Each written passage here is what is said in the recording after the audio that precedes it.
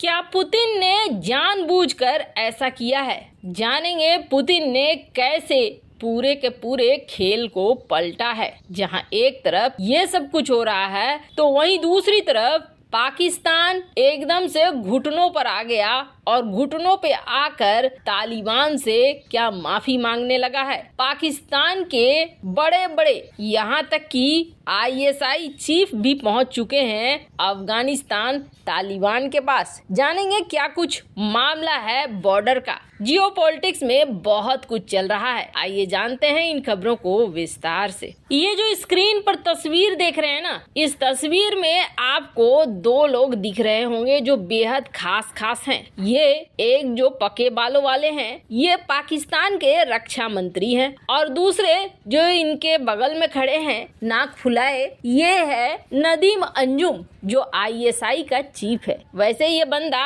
अपनी शकल बहुत कम दिखलाता है मीडिया वालों को और काफी गुप्त रहता है, लेकिन ये दोनों पहुंचे हुए हैं और दोनों की रोनी सूरत बता रही है कि ये किस तरीके से बैठक में अफगानिस्तान यानी कि तालिबान के सामने गिड़गिड़ा रहे हैं। मामला दरअसल क्या हुआ है? मामला ये हुआ है कि पाकिस्तान पे तहरीके तालिबान ने लगातार हमला करना शुरू कर दिया है और तहरीके तालिबान के हमला करने से परेशान हो चुका है पाकिस्तान ये आरोप लगा रहा है कि ये सब के पीछे तालिबान खड़ा है। तालिबान ने हमसे वादा किया था कि जब हम उन्हें मदद करेंगे अमेरिका को भगाने में तो वो टीटीपी को कंट्रोल करेंगे। वैसे हो सकता है उस वक्त तालिबान से ये भी वादा लिया हो कि भारत को भी कंट्रोल करेंगे, पर एक बार सत्ता में आने के बाद तो सारा खेल ही बदल गया है। एक तो झड़प हो रही है, ऊपर से डूरंड लाइन पर भी लगातार झड़प होती जा रही है। कुछ दिनों पहले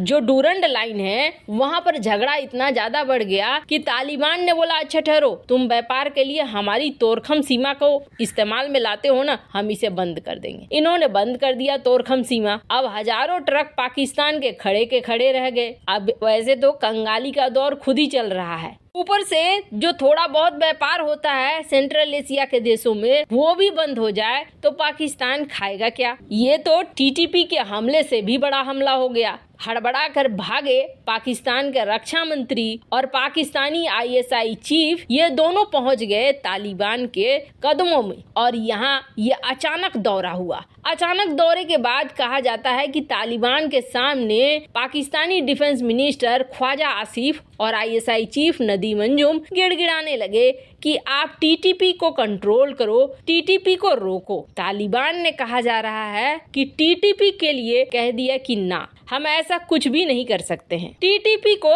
हम नहीं रोक सकते हैं क्योंकि टीटीपी की सोच हमारी सोच के बराबर है। टीटीपी भी चाहती है पाकिस्तान में सरिया कानून हो, जैसे कि हम चाहते थे अफगानिस्तान में सरिया कानून हो। ये जो मीटिंग है ना, इस मीटिंग की तस्वीर बता रही है कि असल माहौल क्या होगा। क्या एक भी इंसान के चेहरे पर आपको दिख रही है कि जोश जुनून हो या हंसी हो या फिर थोड़ी भी खुशी हो? कोई भी नहीं है। यहाँ ऐसा लग रहा है मीटिंग नहीं बल्कि मैयत में आए हैं ये सब। मतलब यहाँ कुछ ऐसी बात हो रही है जो बात पाकिस्तान को बिल्कुल भी पसंद नहीं आ रही है। कहा जा रहा है पाकिस्तान का गिड़गिड़ाना कोई काम नहीं आया, तालिबान नहीं पिघला और टीटीपी ऐसे काम कर रही है वैसे ही काम करेगी। आईएसआई चीफ खाली हाथ लौट आए, लेकिन एक चीज तालिबान ने किया और वो चीज ये किया कि दोरखम वाली जो सीमा पर गेट लगा हुआ था उस सीमा को खोल दिया और कहा कि इससे अगर कुछ खा सकते हो, अपने आप को बचा सकते हो तो खाओ पियो, लेकिन बाद बाकी मुझे ये मत कहो कि टीटीपी को कंट्रोल करना है। यानी जैसे हम हैं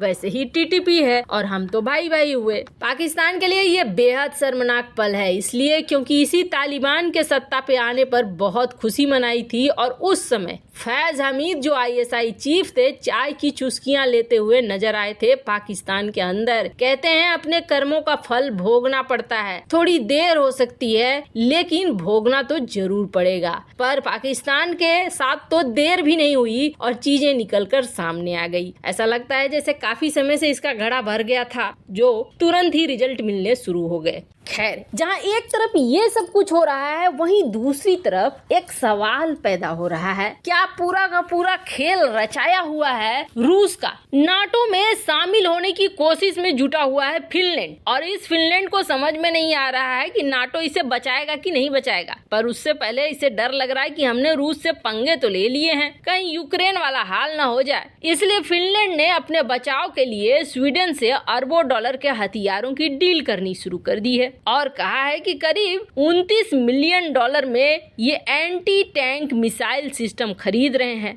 फिनलैंड के रक्षा मंत्रालय ने कहा कि हम और भी ज्यादा हथियारों को खरीदेंगे जिससे कि हमारी रक्षा हो सके। वैसे तो ये देश अब लगातार हथियारों को जमा करने में लगे हुए हैं, पर प्रश्न उठता है कि क्या इन सब खेल के पीछे रूस ही है? तारीख 24 फरवरी 2022 सुबह सुबह न्यूज चैनलों पर व्लादिमीर पुतिन की तस्वीर आती है, टैंक, तोप, मिसाइल के वीडियो दिखाए जाते हैं और ब्रेकिंग चलने लगता है। रूस ने यूक्रेन पर कर दिया है हमला। कुछ जगहों पर पुतिन के युद्ध के ऐलान वाला ऐतिहासिक भाषण चलने लगता है। फिर तुरंत बाद रूस यूक्रेन के युद्ध के भविष्य पर चर्चा शुरू हो जाती है। दुनिया भर के एक्सपर्ट दावा करते हैं रूस चंद दिनों में ही यूक्रेन पर कब्जा कर लेगा। कोई तो ये कह रहा है 24 से 48 घंटे में यूक्रेन पर कब्जा हो जाएगा, लेकिन उनका मिथक टूट जाता है। आज रूस यूक्रेन युद्ध को शुरू हुए 1 साल पूरा हो चुका है। इसके बावजूद न तो रूस इस युद्ध को जीत पाया और न ही यूक्रेन ने हार मानी। अब जरा एनालिसिस कीजिए,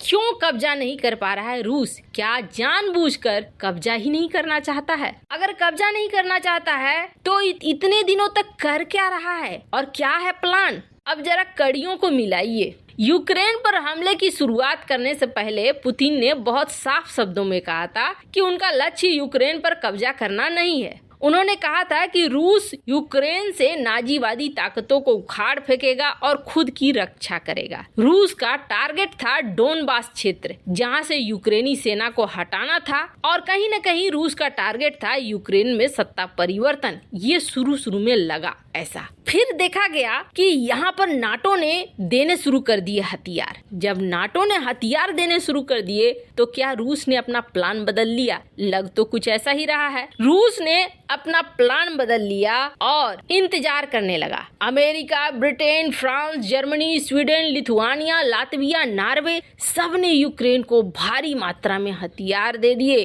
अमेरिका ने तो यूक्रेनी सैनिकों को अपने कई वेपन सिस्टम चलाने की ट्रेनिंग भी दे दी, पर रूस ने अभी तक अपने ताकतवर हथियारों का इस्तेमाल नहीं किया, अपनी वायुसेना का इस्तेमाल नहीं किया, अपनी थल सेना का इस्तेमाल नहीं किया, नौसेना का इस्तेमाल नहीं किया है, जो पूरी ताकत के साथ होना चाहिए था। रूस के पास ऐसे कई गैर परमाणु हथियार हैं जो सेकंड में सब कुछ खत्म कर देंगे और इस युद्ध को एकदम से खत्म कर देंगे। लेकिन ऐसा होने के बावजूद रूस न तो पूरे मन से युद्ध को लड़ रहा है और न ही ऐसा कोई कदम उठा रहा है। ज्यादातर रूस की लड़ाई में भाड़े के सैनिक शामिल हैं और कुछ विदेशी तो कुछ रूस के सजायाफ्ता नागरिक शामिल हैं। कहा जाता है कि दरअसल पुतिन अब ये सोच रहे हैं कि यूक्रेन युद्ध की आड़ में नाटो देश बर्बाद हो जाएं हथियार दे दे के, इसलिए वो धीमे धीमे रफ्तार से चल रहे हैं ताकि ज्यादा से ज्यादा हथियार आए यूक्रेन के पास और ज्यादा से ज्यादा ये नाटो देश खाली हो। वैसे आप देखेंगे ओपेक देशों के साथ मिलकर पुतिन तेल के दाम भी बढ़ा रहे हैं ताकि यूरोप और ज्यादा टूटे। एक्सपर्ट की राय यही है, एक्सपर्ट का मानना ये है कि ये सब कुछ एक सोचा समझा चाल है। वैसे आपको क्या लगता है? कमेंट कर जरूर बताएं। जल्द मिलते हैं अगले वीडियो में नई खबर के साथ।